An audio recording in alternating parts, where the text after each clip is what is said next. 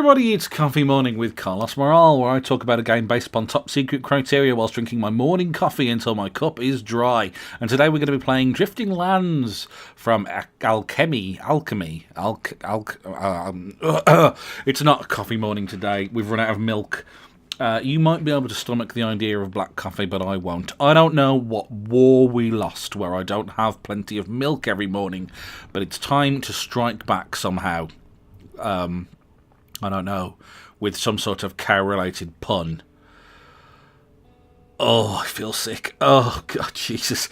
Anywho, falling squarely into the bracket of a good idea badly executed is Drifting Lands from Alkemi, an indie side-scrolling shoot-'em-up with a sort of R-type meets Diablo thing going on, where you kill waves of enemies and then get loot drops that give unexciting stat increases to your vessel's power. Drifting Lands sounds like a brilliant game when you get the pitch, so let's look at the smart part first.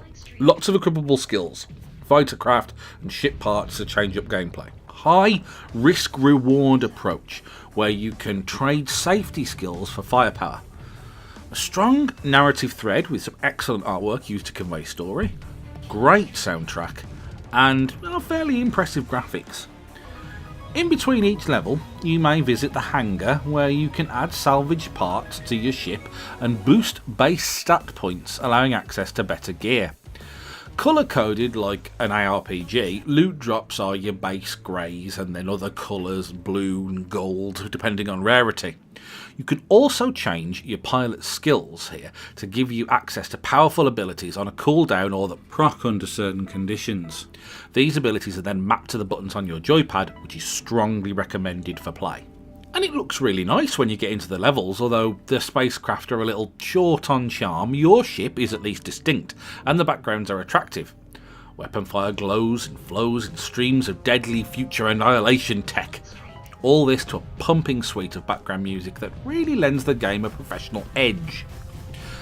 But then the problems. Oh, why always the problems? When you've been playing side-scrolling shooters for 30 years, odd like I have, and then one comes along that promises something new that's not just like a gimmick, it's only natural to want to dive into a game like Drifting Lands. It lets me down though in a couple of serious ways. Developers, you could have done anything with the powers and skills and ship upgrades, but they all end up feeling pretty boring. You commit the cardinal sin of having enemies get lost in the background on some levels. And finally, it's too easy for too long. One area that the designers have allowed you to make meaningful changes through loot is in the weaponry fixed to your ship. However, you don't know what a weapon is going to do before running out into combat with it. And this is hugely frustrating in a game that has a sort of permadeath mechanic in that you can wreck your ships and equipment beyond repair, leaving you flying a heap that couldn't even do the Kessel run in like 120 parsecs. You don't want to be in combat with a weapon that doesn't suit you. Mind you, that would be more of a problem if the game weren't so easy to start off with. Now, according to Steam forums, the game does get harder after several hours of gameplay. But, and this is a huge sweating hairy but, it's entirely possible to get bored with this game after an hour or so. You're a short level, no challenge, collect cash, upgrades do nothing notable, enter another short level, still no challenge, and repeat and repeat. Repeat. For a £15 regular price, you should probably think very carefully about whether or not you want to stroll through the park-type experience for several hours before the real challenge shows up.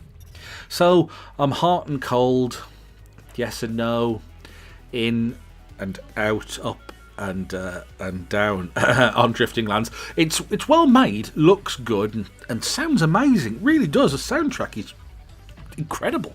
It's had heart and skill poured into the development in a lot of aspects, but it's also left me with no desire to play another minute of it. Handily, there is a demo, so you can check it out for yourselves. Thanks ever so much for watching today's video on Drifting Lands. I hope you've enjoyed it, and if you have, please don't hesitate to leave a like where you found this video, and you may consider subscribing to the YouTube channel at www.youtube.com/CMOT Karlos. And if you could tell me what that's a reference to, I'll be super impressed. I look forward to seeing you again next time. Lots of equipable skills. Lots of equipable skills. Lots of equipable spills. Skills.